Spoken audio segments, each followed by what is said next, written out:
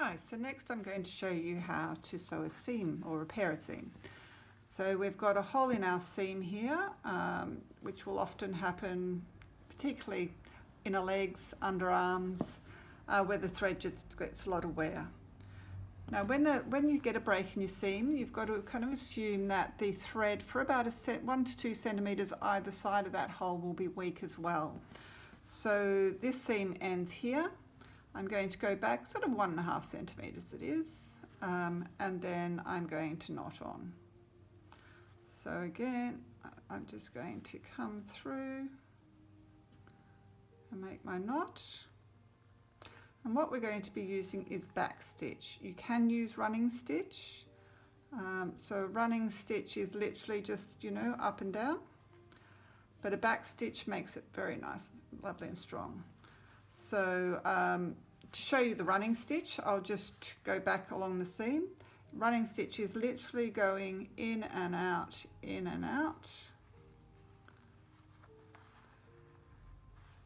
And that will fix your seam, but it's not terribly strong.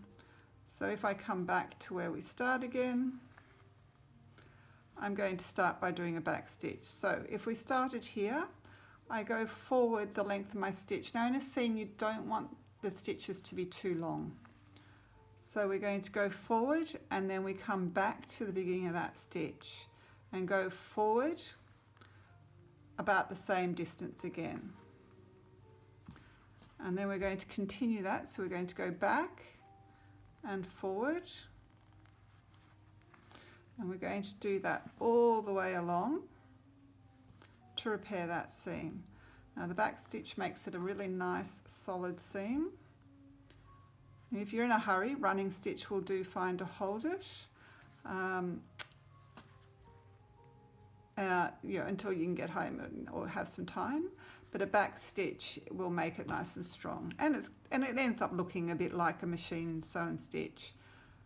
You can make these stitches even smaller than I'm doing here, but you don't want them too much larger, just because you really want it to hold the fabric and give it strength, because generally if it's gone once, it's obviously a place where you're putting pressure on that seam.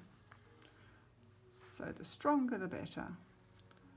So basically we just keep going along,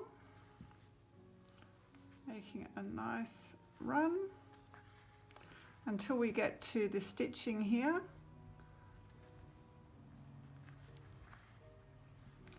So we just keep doing that.